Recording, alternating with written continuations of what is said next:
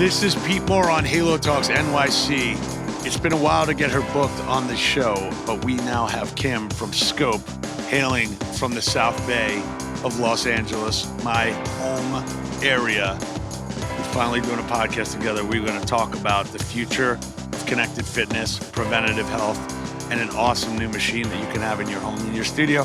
Kimberly, finally, welcome to the show. I'm so excited to see you. Thank you, Pete. It's Amazing. Been a long time coming. I'm excited to be here. Awesome. So why don't you start off with your upbringing? No, you can start in New Jersey, and then let's take it to OSU, and then let's take it to chiropractic magic and go on. So give us a little riff. For sure. So obviously from the East Coast, New York, New Jersey area. My mom is actually a chiropractor as well, and she shared an office with a classical Pilates studio when she was working. So I was in and around Pilates. I actually started doing it when I was about 13 years old and fell in love with it from there. I was a gymnast, and she was like, you need to do this to prevent injury and gain strength and stability. So I crossed paths with chiropractic and Pilates since I was young. And then from there, always knew I wanted to do sports medicine. I loved athletic training. It's the only medical professional that sees an athlete before they're injured, the first as soon as they are injured, and then during their return to play protocol. So that was really attractive to me. Went to Ohio State, did that, go Bucks. Yep. Still obsessed with the school. Went to chiropractic school after that here in LA, and then specialized in sports medicine and pre- and postpartum care. Always teaching group fitness, TRX, Reformer throughout that entire journey. Did you kind of see as you were going through like the sports medicine side and with elite athletes that there were trends that you identified and said, you know what, like this is actually preventable, or is like some of these sports just so hardcore violent that like these things are inevitable to happen? 100%. I definitely saw things as preventative, and it is a little sad to say that athletic trainers don't get the credit they deserve. They're expected to do the job of 10, 15, 20 people as one person. So things do fall through the cracks, and that's no one's fault. It's just the way the system lies right now. But there are these athletes who are 18 years old, and they're expected to play for 3-4 years. And then the thought of gaining strength prevention and a true rehab protocol, it's hard to plan for their futures. So I definitely saw a piece missing there where I was like, things could be done where we are thinking more long-term for these young kids, to be honest. And I was the same age as them. So at a young age, I was like, we're so young. What about after this? What are they going to do? What am I going to do? They're still going to be expected to play at a very, very high, even higher level. So I fell in love with rehab right then and there. That was a big piece to me. When you take a look at, some chiropractors or sports medicine specialists, some people kind of say like, oh, they're like magicians, like they kind of know more than other people. So how does that kind of happen and evolve, and like what percentage of chiropractors, let's say on average, are really like 5% of magicians? Or do you say like, hey, I've seen so much and I kind of know the root cause of this and I've remedied it in the future that now I have like my own protocols? They might not be standardized across the industry, but I know how to fix things a certain way. I would definitely say that. I think I've 100% founded my own little technique, and especially with the mentors I've surrounded myself by, they take full credit. I found amazing mentors that taught me a lot and kind of formed my own way of practicing and my own way of looking at things. And I'm very heavy in diagnostics. I always think you can't put your hands on someone or fix someone before you know exactly what's going on with them. So that's where I lie heavily, and that's really important to me. Yeah. So you're out in LA, you're running your own practice. Yep. What kind of gave you the bug to say, hey, I want to go and commercialize a product? So I was teaching group reformer Pilates at the time. And when I started teaching group Pilates, I thought to myself, I'm in chiropractic school. I have so much knowledge about injuries and biomechanics. I'm going to change the world. I'm going to make sure everyone's form is perfect. I'm going to make sure everyone is preventing injuries, healing from injuries. This is going to be incredible. I remember teaching my first group fitness class. I looked around the room to the 14 machines, and I thought, this is a shit show. Excuse my language. You're allowed to curse here. Okay, it's this person's first Safe class. place. It's this person is an expert. This person's pregnant. Right. This person has a low back injury. you're teaching to techno music in a dark room, keeping the energy up. I was like, this is actually impossible to make sure everyone is having the experience they need. So I started paying attention to what verbal cues were we saying that gave people the best form correction. And that is how we developed our form technology within our Skōp product. So give people a little background on the actual device or the machine, and then let's talk about how you've kind of built in attributes to it that kind of leapfrog some of the traditional machines, and then we'll talk about the group exercise programming on it. Of course. So when I started this, a gal I taught Pilates with, whose husband's a manufacturer, who's now my co-founder, they said, we want to build a machine, but it's hard to be there in person. They're really expensive. Let's build some content. So this was pre-COVID, and right from the get-go, we thought we want to make this really unique. We don't just want to be another screen on a machine. How can we be really unique? And right away, we knew form was way more important to us than power.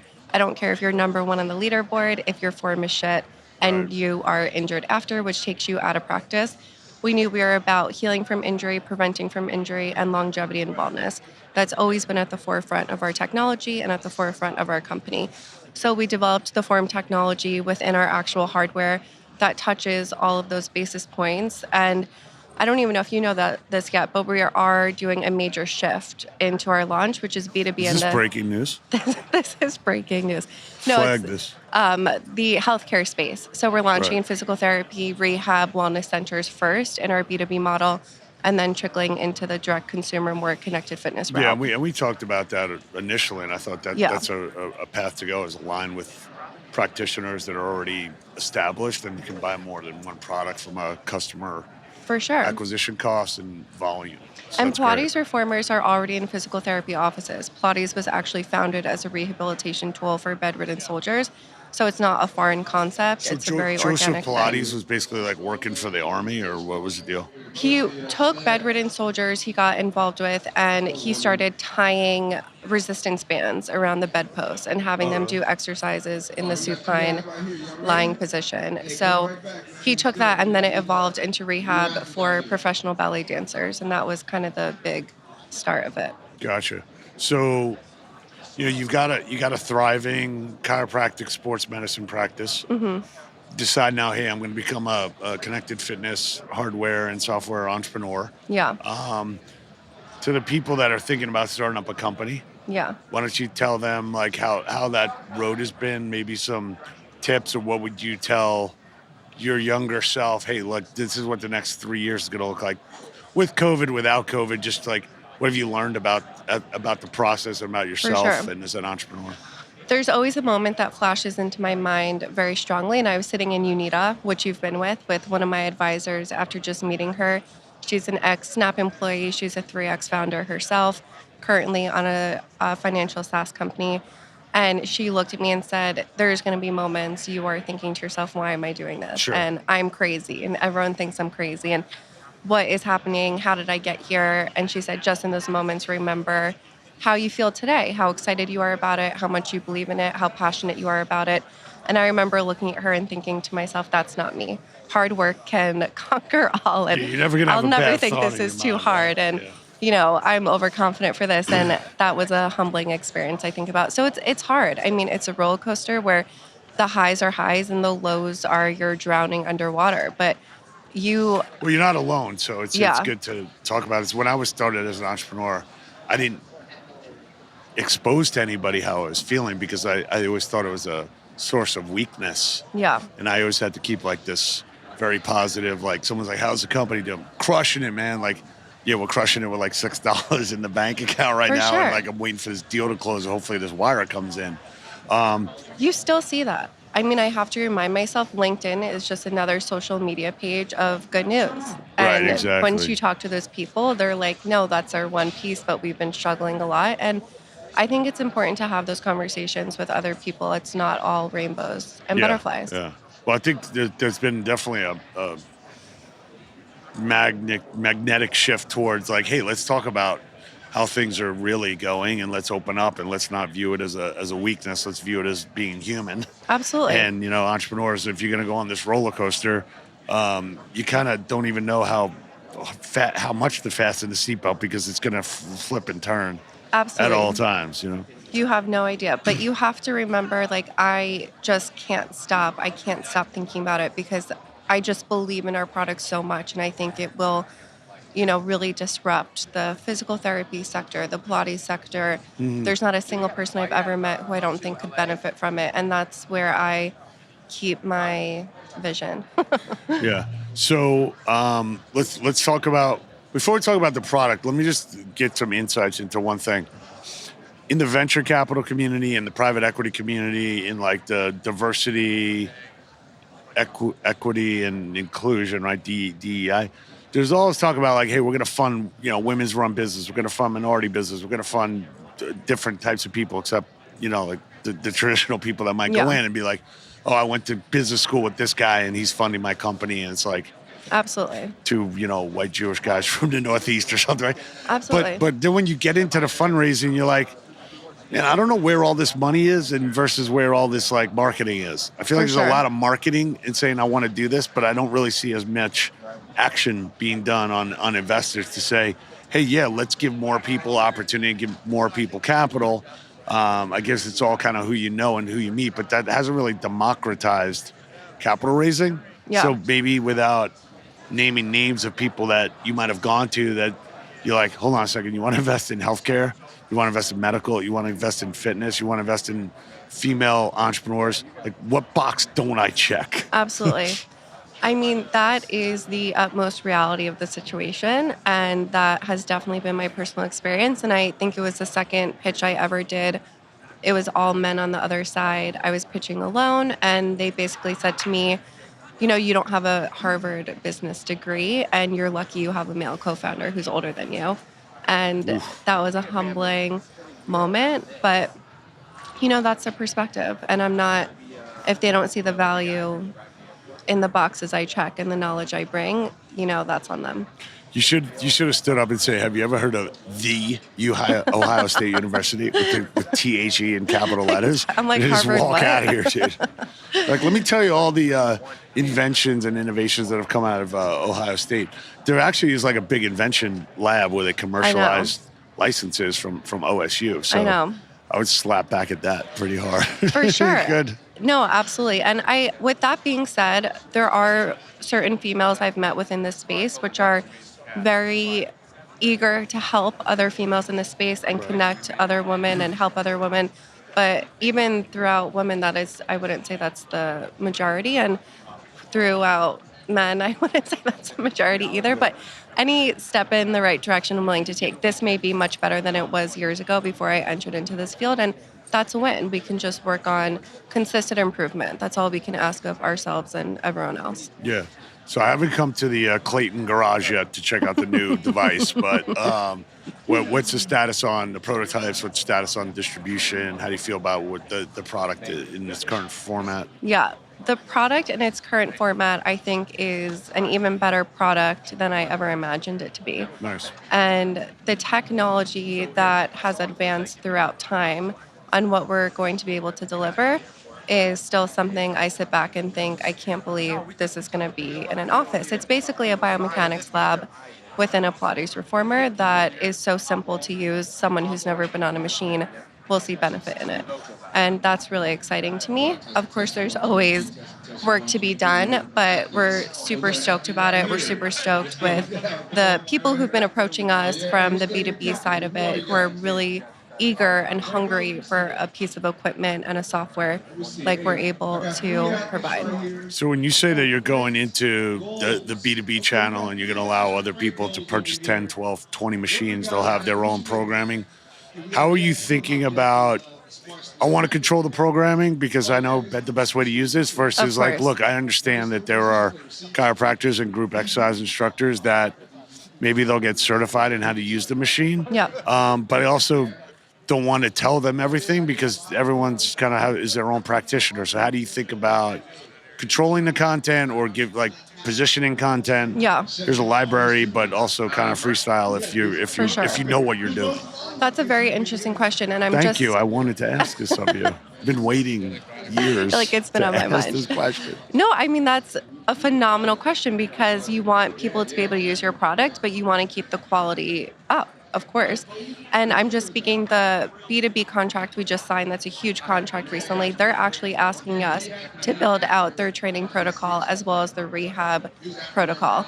And since that is in our wheelhouse, that's making us think of a completely different revenue stream as well, where we can build out specific programming for these larger franchises and contracts and keep the quality up. And I think you take into account what they want out of it and you can build off of that. So that's an interesting question, but the technology that we're offering, I think it is safe where if someone uses it in their utmost creative way, it's still safe. Right. So when are you planning to have the machines, in a B2B setting or ready for shipment? By the end of the year. Gotcha. Okay, yeah, good. We're moving and grooving. And my favorite thing also I want to mention about this B2B play within the medical space is it's one of the first times there's objective quantitative data for these providers to bill to insurance. So we're also going the insurance reimbursement angle, which is really excited. And we're kind of bridging that gap between healthcare and connected fitness. They can be both. Connected fitness to me is healthcare. Anytime we get someone moving and working out, we're more like leading them to a healthier state. So, what's the wholesale price point of the machine, or the estimate of what you think it's going to be? Commercially, $4,500. Gotcha. And that comes with its own screen. Yep. Especially when you guys are piping in live content and on demand, or on demand mostly? So it's just going to be the data for phase 1, and then you can pre-program exercises, and then phase 3 is tele-rehabilitation. Gotcha. And then from a standpoint of, you talk about the health care component to this, and that the class is reimbursable and potentially the equipment to a consumer could be part of like their flexible spending account? Potentially, yeah. Yeah. I mean, right now my United Healthcare pays for my Peloton. So things like that are happening. Pays for your Peloton subscription monthly, not the purchase. Not the purchase. Got it. Do you see collaboration with other? Like I've done Pilates, not bragging. No, I've done Pilates and I'm damn good at.